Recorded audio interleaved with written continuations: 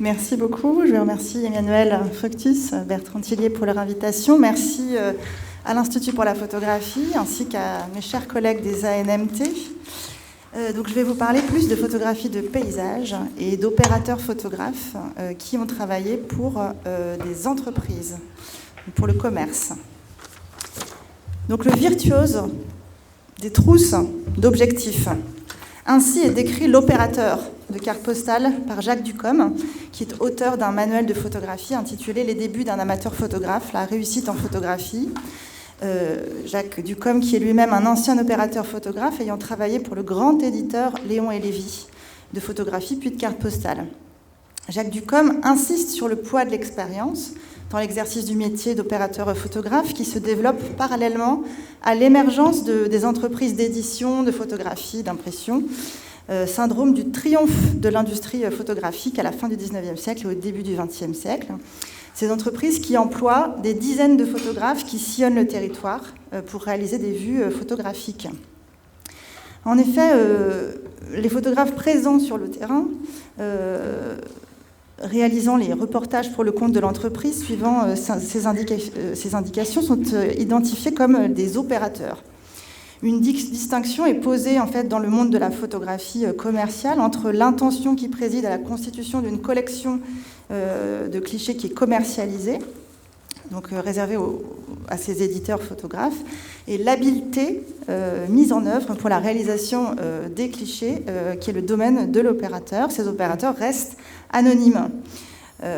Ils s'effacent véritablement derrière une ou des entreprises. Ils sont à la fois invisibles sociologiquement pour le monde de la photographie, mais aussi omniprésents, puisque c'est eux qui déterminent les manières de représenter un sujet, veillant à la capacité de ces sujets à séduire le public. Ils sont situés dans une généalogie de photographes à l'expérience de terrain. Ces opérateurs ont un savoir-faire rare et précieux que les entrepreneurs s'arrachent. Et des noms apparaissent ça et là qui naviguent d'une entreprise à l'autre, allant vers le mieux offrant.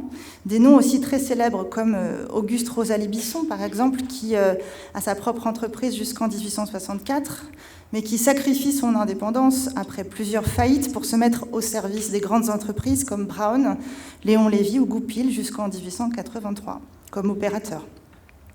Nadar, dans son récit « Quand j'étais photographe », évoque aussi un habile opérateur des frères Bisson dans les années 60 qui passe vers l'entreprise Brown en 1864.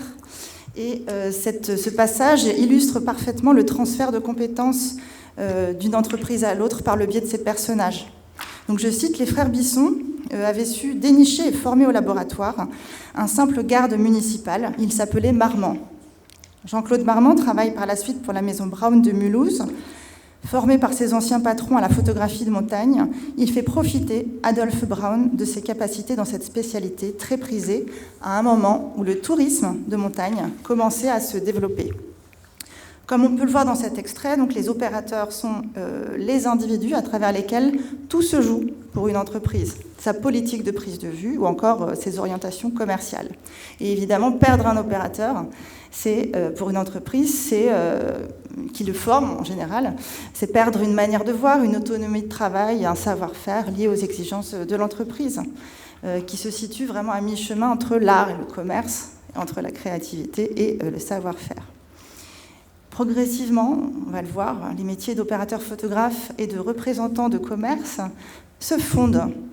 Les opérateurs tissent des liens avec les commerçants sur place, deviennent les mieux à même de comprendre le marché et ses évolutions.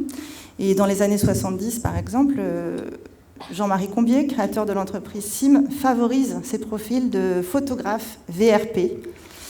Les prises de vue se font véritablement en lien alors avec le territoire, ses habitants, les professionnels du tourisme sur place et même les groupes folkloriques, on va le voir tout à l'heure. Tous participent de cette véritable mécanique du rêve. Donc pour aborder ces personnages, j'ai pris 3 angles en fait. Je propose d'organiser mon propos comme cela. Donc tout d'abord, l'étude de l'entreprise Nordin, que j'ai étudiée pour ma thèse, permet de donner une silhouette à ces invisibles de la photographie à leur parcours. Ensuite, on détaillera le point de vue un peu assez rare de l'opérateur Jacques Ducom, qui donne véritablement une idée de l'expérience de terrain, du travail de l'image, de l'intelligence du sujet, qu'il développe. Et enfin, on va faire un bond dans le temps, les témoignages oraux d'opérateurs qui ont travaillé pour l'entreprise Combier ou l'entreprise Yvon dans les années 1960-1980, qui permettent de se faire une idée de la continuité du métier. Donc, derrière une entreprise photographique, il y a de nombreux employés. L'entreprise Nordin a connu jusqu'à 150 employés entre 1890 et 1910. Cette carte postale représente une partie du personnel. Des catégories socio-professionnelles se repèrent, de l'ouvrier d'impression à la retoucheuse, aux opérateurs. Et ces typologies de métiers évoluent pas mal, en particulier dans tout ce qui est impression photomécanique. Mais celle des opérateurs, que j'emploie plutôt au masculin, puisque n'ayant pour l'instant aucune trace d'opératrice photographe, ces opérateurs, leur fonction en tout cas reste assez immuable. Il s'agit d'individus de terrain, ils circulent en permanence sur l'ensemble du territoire pour effectuer les prises de vue dans le cadre de commandes et pour compléter les collections. Il y a d'abord un imaginaire en fait, de l'opérateur photographe qui nous incite à en faire vraiment des acteurs de premier plan, premier ordre, qui sont des techniciens, des orateurs, des amuseurs publics, presque des magiciens, prestidigitateurs, sur l'image ici, présentée comme un photographe de la maison Lévy-Nordin, photographie qui est à l'agence Roger Violet. Donc l'opérateur provoque une situation qu'il enregistre instantanément dans un geste qui signifie « ne bougeons plus ». Il regarde le sujet avec insistance, en souriant, il inspire la confiance et vole l'image désirée. Donc cet exagérément théâtral, cette image nous montre à quel point le métier va au-delà de la simple exécution technique et prend appui sur l'expérience du métier. Alors qui sont-ils, ces opérateurs de Nordin ? D'après la quantité d'appareils photographiques mentionnés dans la vente de l'entreprise, on peut les évaluer à entre 8 et 10 régulièrement, qui travaillent régulièrement pour l'entreprise. Il y a une vraie longévité de ces opérateurs.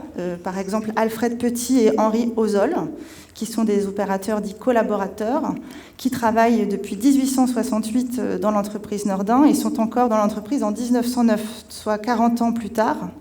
Il y a aussi Louis Moussière, Eugène Marjollet, Charles Gérard, qui sont tous restés plus de 20 ans au service des Nordins. Ainsi, la continuité qui résulte de cette permanence des individus est vraiment une condition pour assurer l'homogénéité dans la production des vues et une des clés du succès de l'entreprise. Les opérateurs sont l'identité visuelle de l'entreprise.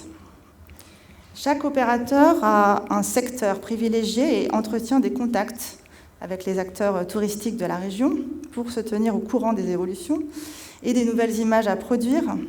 Les photographies des sites, en effet, qui apparaissent sur les cartes postales, sont refaites régulièrement. Il y a une vraie mise à jour, puisqu'il y a un impératif d'actualité pour les cartes postales. Les éditeurs considèrent comme périmées les vues qui ne correspondent plus à la réalité. Pour le Mont-Saint-Michel que vous avez ici, on a au moins 5 campagnes différentes d'un même sujet, on va dire. On a le nom de l'opérateur pour la campagne de 1903, qui est Alfred Petit. Et donc, il intervient alors que l'arrivée du train au pied du Mont-Saint-Michel est ouvert, en fait. Donc, et puis aussi la construction, vous voyez, de la flèche qui fait qu'on est obligé de remettre à jour régulièrement. Donc pourquoi on sait que c'est petit ? C'est parce que sur un album de référence, il y a sur le plat de l'album commercial, l'album de référence de l'entreprise, une mention qui est que les nouveaux sujets qui ont été faits par Petit en 1902 ne sont pas présents dans cet album, donc il s'agit d'un album complètement caduc. Les opérateurs sont envoyés, alors là ça prend un peu de temps à charger, sont envoyés pour sillonner le territoire, formant des itinéraires qui suivent les trains dits de plaisir. C'est une carte que j'ai réalisée à partir de la numérotation des villes, qui est une nomenclature interne de l'entreprise Nordin, et qui correspond sans doute à une exploration chronologique. Donc, vous voyez qu'en effet, on on ne voit pas vraiment, les bords de mer pour cette exploration du terrain. Donc les premiers numéros vont de Paris à Plombières-les-Bains, Gérard de Mer et Rémy Raymond dans l'est de la France, station balnéaire du Second Empire, avant de faire toute la côte de Dunkerque à Nantes. Et je vais tout de suite passer à la suivante, parce que voilà, celle-là, on la voit mieux. Donc il y a quelques incursions en fait, vers les châteaux de la Loire, Aix-les-Bains, Chamonix, le Mont d'Or, et enfin toute la côte de La Rochelle jusqu'à Menton.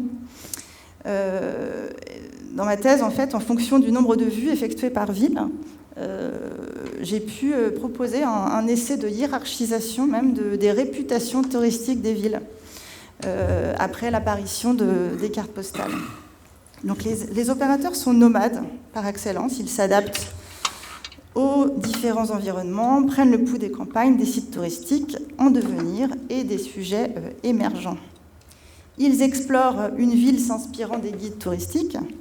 Ils le font de manière très méthodique, avec un point de vue général de la ville, qui en général est la référence numéro 1, puis le cœur de la ville, la cathédrale, les monuments religieux et civils d'importance, la rue principale, les maisons particulières, etc.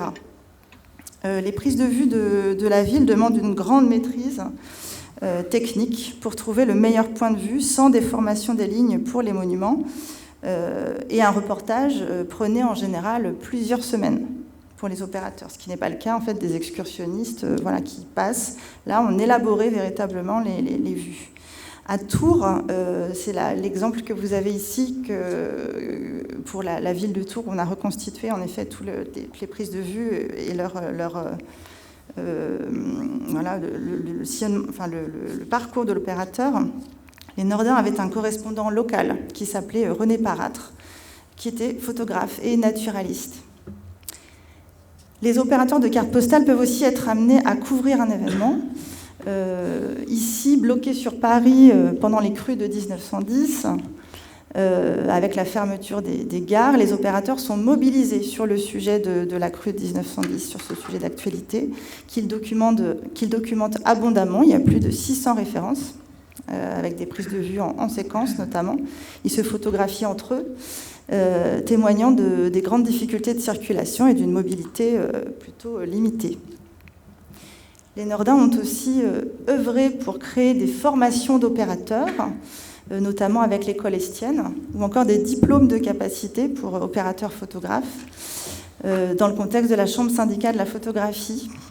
Ils étaient convaincus, les Nordins, de la nécessité de former leurs employés à l'expérience de terrain. Et c'est le cas d'un jeune opérateur qui s'appelle Robert-François Emery, qui entre chez Nordin en 1901, alors âgé de 16 ans, et qui devient opérateur officiel en 1903. Et il est envoyé au Canada 2 ans après, donc en 1905 par Nordin. Il en ramène des négatifs, à peu près 600, qui sont tirés en carte postale pour être réexpédiés après au Canada et vendus sur place. C'est un cas un peu exceptionnel pour l'entreprise. C'est un pari commercial qui ne réitéreront pas. Donc ce photographe Emery va ensuite diversifier ses clients. Il se spécialise dans le Grand Nord américain. Il réalise aussi des vues pour Larousse, mais encore pour la Compagnie Générale Transatlantique. Donc prenons maintenant le cas de Jacques Ducombe et rentrons dans ses paroles. Je voulais vraiment reprendre des extraits d'un opérateur qui parle et de son appréhension en fait, du sujet et de sa manière de voir la photographie, son savoir-faire notamment, qu'il décrit parfaitement en fait, dans son ouvrage. Jacques Ducombe nous décrit un savoir vraiment intuitif pour construire la belle image. Il invoque l'originalité d'un sujet, la maîtrise technique qui permet d'atteindre le rendu et les exigences des industriels quand il s'agit de fabriquer des images pour les futures cartes postales. Donc là, je le cite. Alors, c'est un petit peu petit, mais c'est les différents extraits que j'ai pris de son ouvrage. « Sans soleil démasqué, on ne peut pas obtenir d'effet suffisant. Industriellement, cela est tellement vrai que lorsque nous faisions de la belle carte postale pour la Maison Lévy, nous avions ordre de n'opérer qu'avec le soleil. Donc on voit ainsi la spécificité des prises de vue pour la carte postale, qui exige un contexte très lumineux pour un rendu aussi des sujets particuliers. Concernant le choix des sujets eux-mêmes, Jacques Ducom invite l'opérateur à s'appuyer sur les représentations existantes et l'expérience des guides locaux, mais il conseille aussi aux photographes expérimentés de s'en détacher. Je le cite encore, c'est un métier très intéressant que celui de faire des bons clichés pour illustrer ces petites cartes, les cartes postales. Sans que cela paraisse, il faut y développer beaucoup de savoir-faire pour tirer le meilleur parti du site. Il faut pour pouvoir d'avance l'étudier, apprendre l'heure à laquelle il est le mieux éclairé ou l'endroit d'où il faut le prendre. Cet endroit est rarement celui où va se placer la chambre noire du touriste. Et c'est ainsi qu'intervient la personnalité du photographe, son savoir-faire, qui est le fruit de l'expérience. Pour déterminer son sujet, l'opérateur industriel est à la fois imprégné des représentations existantes, mais il recherche aussi l'originalité, c'est tout le paradoxe en fait de la carte postale, pour obtenir un cliché de plus grande valeur. L'opérateur sait par ailleurs s'adapter à l'environnement, au paysage qu'il photographie, aux difficultés liées à chaque sujet représenté et au rendu des couleurs. Donc je le cite encore, « Au bord de la mer, sur les montagnes, où la pureté de l'atmosphère est plus grande, la lumière est encore plus vive que dans l'intérieur des terres. On devra éviter autant que possible les fonds de verdure trop rapprochés à Paris et en général dans tout le nord de la France, donc ici aussi. À partir du mois de novembre jusqu'au mois de mars, il est difficile d'avoir de bonnes épreuves instantanées. Nous trouvons dans les Pyrénées, nous avons eu l'occasion de pouvoir photographier l'intérieur de la belle église de Comminges. Nous posâmes 3 heures. Donc l'opérateur a une vraie expérience du paysage. Il parle aussi notamment des couleurs réfléchies qui s'impressionnent plus ou moins rapidement sur les plaques sensibles. Je le cite à nouveau. Nous avons vu que, suivant les couleurs réfléchies, celles-ci s'impressionnent plus ou moins rapidement sur les plaques. Les verdures, les sous-bois, les montagnes rocheuses et sombres ne s'impressionnent pas du tout comme les vues de villages, les panoramas et les vues de plage au bord de la mer. Les questions de composition aussi du sujet sont centrales, en particulier le motif et la forme du premier plan, qui va déterminer, selon Ducom, l'intérêt du sujet. Par exemple, je le cite à nouveau, « Une grande étendue de pays ne donne jamais rien de bien intéressant. On peut cependant, en augmentant beaucoup l'intérêt, augmenter beaucoup l'intérêt en y plaçant au premier plan un arbre, un personnage. Si l'on a une rivière un peu large, un lac à reproduire, la vue gagnera beaucoup à ce que l'on voit la rive où se trouve l'opérateur. » Voilà, en fait, on a vraiment des descriptions assez techniques sur la composition. Les points de vue en contre-plongée, qui permettent une vision plus large et inattendue sur les sujets, dépendent de la position de l'opérateur, qui utilise la plupart du temps une échelle, comme le conseille Jacques Ducom. Je le cite à nouveau. « Une rue, un quai sont bien souvent plus intéressants vus de plus haut. On peut consacrer plus de place au terrain en opérant ainsi. Et s'il se passe des choses intéressantes sur ce terrain, comme le passage des voitures, des piétons, on aura plus de place à consacrer à la partie ainsi animée de la vue. Son intérêt et sa composition générale y gagneront, d'où la nécessité pour ce genre de travail d'employer une échelle portative en guise de pied. L'animation donc des premiers plans d'une vue était d'autant plus importante avec la carte postale. Jacques Ducom insiste aussi sur la nécessité de faire appel à des professionnels ou des comédiens qui ont l'habitude de poser pour les cartes postales. On verra que c'est aussi ce qui se retrouve après dans les périodes plus récentes. L'opérateur doit mettre en œuvre des astuces afin d'obtenir une photographie qui paraisse plus naturelle. Elle porte sur l'attitude à adopter, le regarder du côté opposé par exemple, ou sur l'équipement à utiliser pour le photographe, donc des appareils munis de viseurs ou aménagés spécifiquement pour les porter en bandolière. Ducom insiste sur la rapidité dans l'exécution et donc l'expérience nécessaire à l'obtention de ces photographies. Donc je le cite, « Lorsque l'opérateur voudra avoir des attitudes vraies, des scènes prises sur le vif, l'opérateur devra déployer tous ses talents de chasseur et saisir autant que possible ce qui l'intéresse avant que son modèle se soit aperçu de sa présence, car aussitôt qu'on l'aura découvert, les scènes les plus gracieuses et les plus pittoresques disparaîtront comme par enchantement, ne laissant devant lui la plupart du temps que des personnages étonnés qui ne présentent aucun intérêt. On évite d'attirer l'attention en se tournant du côté opposé ou à peu près à celui qu'on veut photographier. Les appareils munis d'un viseur peuvent permettre cette position. C'est là surtout que les petits appareils à main rendront de grands services, car grâce à leur petitesse, on pourra se rapprocher des groupes sans qu'ils se doutent de la présence d'un photographe inquisiteur. Vous voyez, donc les talents de chasseur de l'opérateur sont déjà présents. Une prise de vue sur le vif, voilà, c'est véritablement cela. Et c'est une spécificité bien connue du métier que cette aptitude d'habileté photographique qui est largement décrite après par les grands photographes des années 50. Donc, véritables acteurs de la représentation, ces opérateurs photographes développent leurs compétences dans une adaptation au contexte industriel. Et il rajoute, Jacques Ducombe, pour finir, ils opèrent à coup sûr. Alors maintenant, on va passer à une partie plus contemporaine. Donc, dans le cadre de l'exposition Nouvelles du Paradis, j'ai eu l'occasion avec Valérie Perlès de réaliser des entretiens avec différents opérateurs de cartes postales, notamment avec Serge Lemanour, qui est opérateur d'Yvon, le grand éditeur de cartes, ou Marc Combier, qui est directeur artistique de l'entreprise SIM. Et ce qui m'a marqué spécifiquement, c'est la continuité qui règne dans ce métier, bien qu'il s'agisse de compétences parfois humaines, qui se transmettent par l'oralité ou qui s'acquièrent avec l'expérience. Donc Serge Lemanour est resté au service de Yvon pendant 33 ans. Il possède cette même longévité dans l'entreprise. Lorsqu'il décrit son expérience de terrain et l'élaboration des vues, on sent qu'il s'agit d'un processus long d'apprentissage, comme on pouvait imaginer en fait, pour les entreprises du début du XXe siècle. Il raconte par exemple son premier reportage qu'il fait à Lyon. Donc je le cite, « Je n'y étais jamais allé, arrivant de la côte atlantique.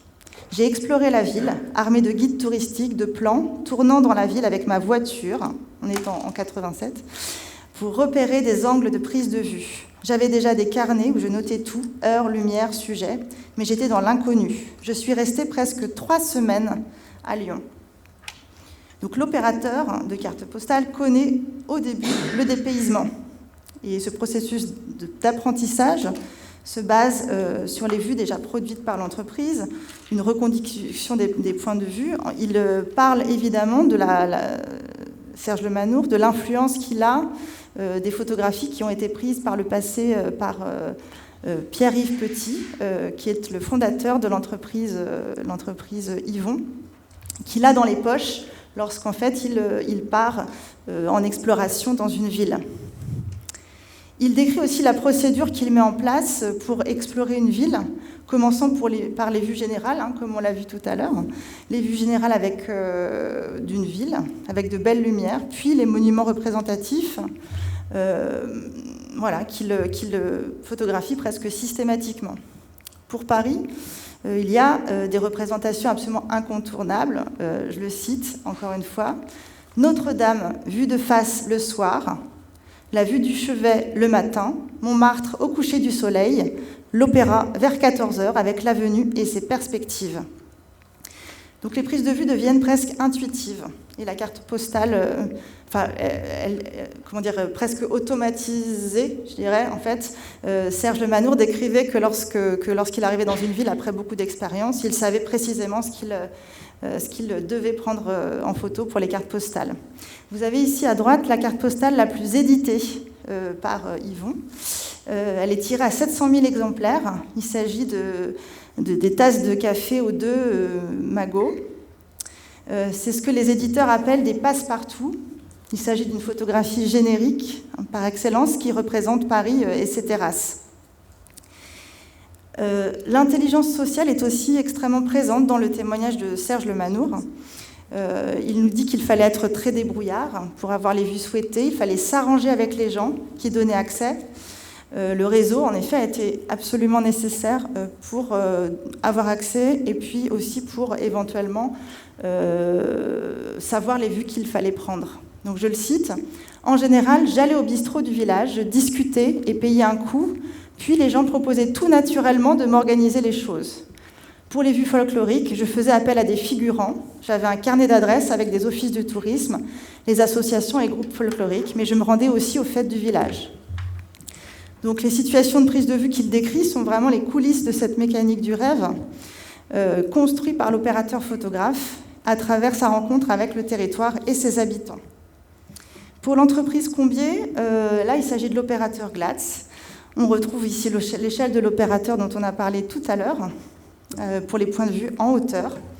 Ce qui est spécifique au fonds Combier qui est conservé au musée Nicéphore-Niepce, c'est la richesse inégalée du fonds d'archives de l'entreprise Combier, c'est vrai, et qui vient répondre à de nombreuses interrogations, notamment sur la circulation des informations entre l'entreprise et l'opérateur. Vous voyez, on a justement les trois éléments, l'opérateur, l'entreprise, le client. Tout d'abord, vous avez le livre noir de Jean-Marie Combier, où on voit en effet que l'éditeur centralise toutes les informations sur les opérateurs, sur les appareils, sur tout un ensemble d'informations pratiques nécessaires à la réalisation opérationnelle des prises de vue. Et on y trouve le nom de chacun des opérateurs ayant travaillé pour SIM, au nombre de 28 en 1967. Une page plus loin, on a les 35 représentants de commerce. Donc ce livre noir matérialise véritablement le rôle de chef d'orchestre de l'éditeur, le rôle de commanditaire en fait de l'entreprise. On trouve aussi des bordereaux de vue à prendre par ville, et cela détaille les exigences des éditeurs et des clients envers les opérateurs lors d'une tournée. Par exemple, faire une collection avec le camping La Ville, c'est-à-dire la vieille ville, la ruelle et le centre-ville, avec la mairie, la place pour la Ciotat. Je ne sais pas si vous voyez bien, mais on a un descriptif vraiment de tout ce que l'opérateur doit prendre comme sujet. Des vues sur le camping, et pour cela, il faut voir Monsieur Porte, qui est au tabac.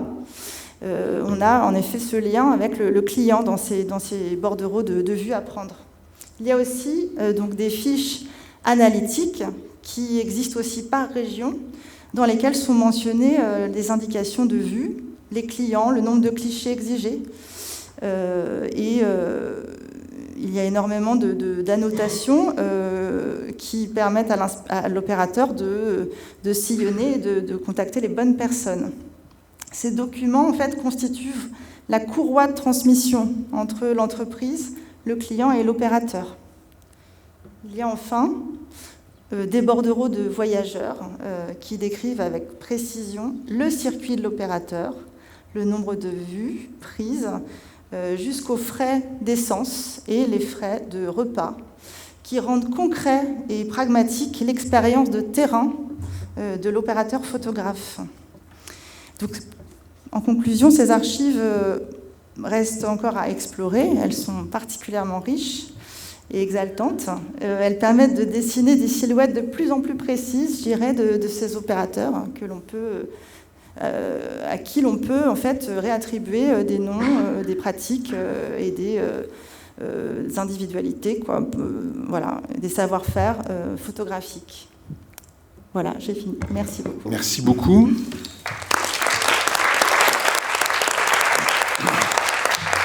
Merci beaucoup pour cette présentation qui, en fait, est aussi intéressante par la manière dont, en renversant la chronologie, en quelque sorte, on arrive à saisir des choses sur le début de la période pour lesquelles les archives sont beaucoup plus compliquées, voire inexistantes. Donc c'est formidable.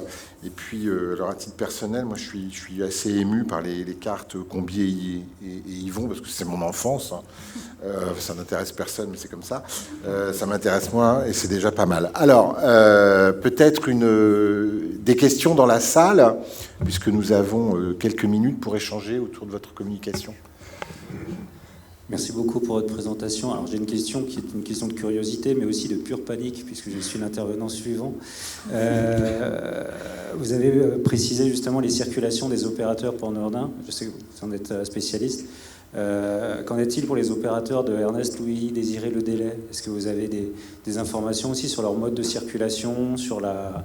Voilà, est-ce que c'est finalement un schéma comparable au niveau des opérateurs et de leur, du périmètre général de leur action en province? C'est extrêmement difficile parce que déjà il y a peu d'archives pour Nordin qui sont conservées. Les circuits que j'ai réussi à reconstituer sont à partir d'albums de référence, de quelques reliques d'archives de l'entreprise qui n'ont pas été conservées, pratiquement pas, je dirais, mais à partir de quelques reliques et d'hypothèses.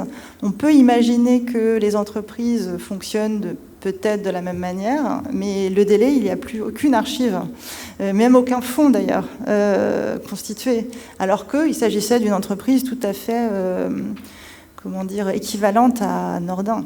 Donc on peut imaginer aussi, alors je sais que certains opérateurs travaillaient pour les deux aussi. Enfin, je n'ai pas détaillé. Il y a des opérateurs maison, vraiment, qui sont des salariés de l'entreprise, et il y a des opérateurs un peu volants qui font dans le cadre d'événements particuliers, peut-être les grèves d'ailleurs en sont, les manifestations en sont, qui commercialisent au plus offrant et qui, ou parfois, en effet, commercialisent à Le Délai et à Nordin. D'ailleurs, dans ma thèse, j'ai un peu rapproché parfois des vues qui sont similaires.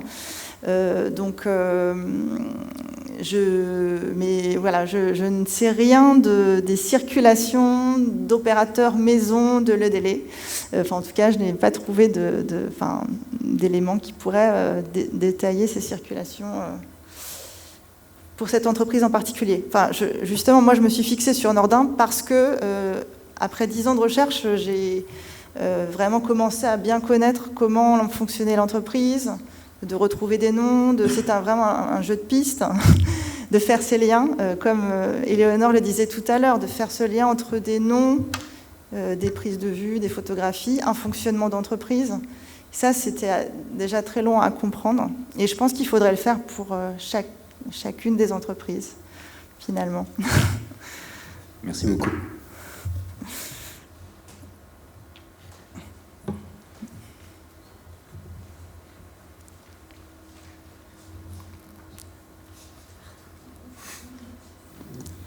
Moi, j'avais une question par rapport à la question sur la question de la sélection des photographies où tu abordais le fait que les opérateurs étaient pendant un certain moment à explorer la ville.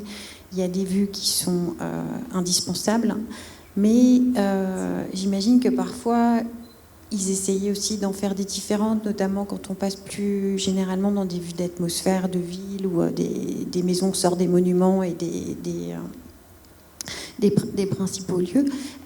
Est-ce qu'il y a des informations là-dessus par rapport à tout ce qui rapportait et comment était fait ensuite la sélection qui a dû s'ouvrir sur autre chose, puisque au début, c'est vrai, on est beaucoup sur des monuments et des paysages, et puis tu l'as montré, la vue, la carte postale de Paris tirée à 700 000 exemplaires, c'est plus du tout le même genre en fait. Il y a quand même une évolution dans le style de la carte postale. Là, c'est vrai que j'ai beaucoup appris avec ces témoignages oraux des opérateurs et des entreprises qui ont été en activité encore récemment.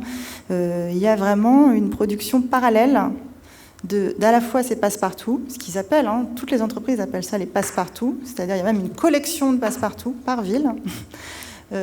Chaque éditeur a ses vues stéréotypées, mais il y a aussi des sujets originaux qui sont proposés. Et ceux-là, ils sont en général éditorialisés. Donc il y a une deuxième couche, il y a l'opérateur et puis il y a le travail de l'éditeur après. Et ils sont testés. Donc testés sur 1 an, maximum 2, avant de soit continuer à être proposés dans le catalogue, soit supprimer complètement la référence. Et voilà, et cette référence disparaît. Je pense qu'il y a en effet ce type de choses pour les éditeurs plus anciens comme Nordin. Mais le problème étant que les vues qui sont supprimées disparaissent. Donc on peut retrouver l'existence de ces vues par leur achat à un moment donné, par voilà, une personne, une institution. Donc, dans le fond lui-même de Nordin, les négatifs étaient supprimés physiquement. Donc on n'a plus la trace de ce qui est... En fait, il n'y a pas du tout de fonctionnement patrimonial dans une entreprise. Ces vues qui ont eu un succès à un moment donné et qui finalement ne sont plus vendues, la plupart du temps, on les fait disparaître. Voilà. Donc cette histoire un peu éditoriale est compliquée de ce fait-là. On n'a pas forcément... une vue de tout ce qui se faisait par une entreprise dans la profondeur du temps. Voilà. On a en général plutôt à la fin de l'activité de l'entreprise ce qui était commercialisé. Juste pour abonder dans ton sens, mais s'il n'y a pas d'archives par rapport à Nordin, c'est que quand ça a été racheté par AG Violet, comme tous les fonds de photographes qui rachetaient, ils ne gardaient pas les archives parce qu'ils étaient là pour vendre des images. Donc en fait, ils rachetaient les images et les droits, mais pas les archives. Donc après, c'était commercialisé si c'était exploitable pour la nouvelle agence. Complètement. C'est pour ça que tu as eu du mal et que tu as mis 10 ans et que tu n'as pas tout retrouvé. Et on garde ce qui a de la valeur, et les archives, ça n'a pas de valeur. C'est même encombrant. Enfin, pour les industriels, évidemment. Et donc, Nordin a été, en effet, racheté plusieurs fois, par l'imprimerie Crété, d'abord, ensuite par Compagnie des Arts Photomécaniques, avant d'être acquis par l'agence Roger Violet, qui est maintenant... la collection Roger Violet est à la Bibliothèque historique de la ville de Paris. Une dernière question ? Oui. Léonore ? Merci beaucoup déjà. Et puis, moi, ce qui m'intrigue, d'une part, c'est le titre peut-être que choisit Jacques Ducom, les débuts d'un amateur photographe, alors qu'il est justement très professionnel finalement. Et c'est aussi une sorte... Enfin, c'est rare des récits comme ça d'opérateurs. Enfin, peut-être t'en as cherché d'autres. Enfin, voilà. Je voudrais bien que tu en parles un peu de ça.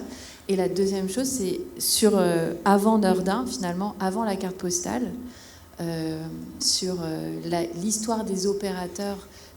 Tu évoquais au début Bisson et puis Nadar qui mentionne aussi un nom.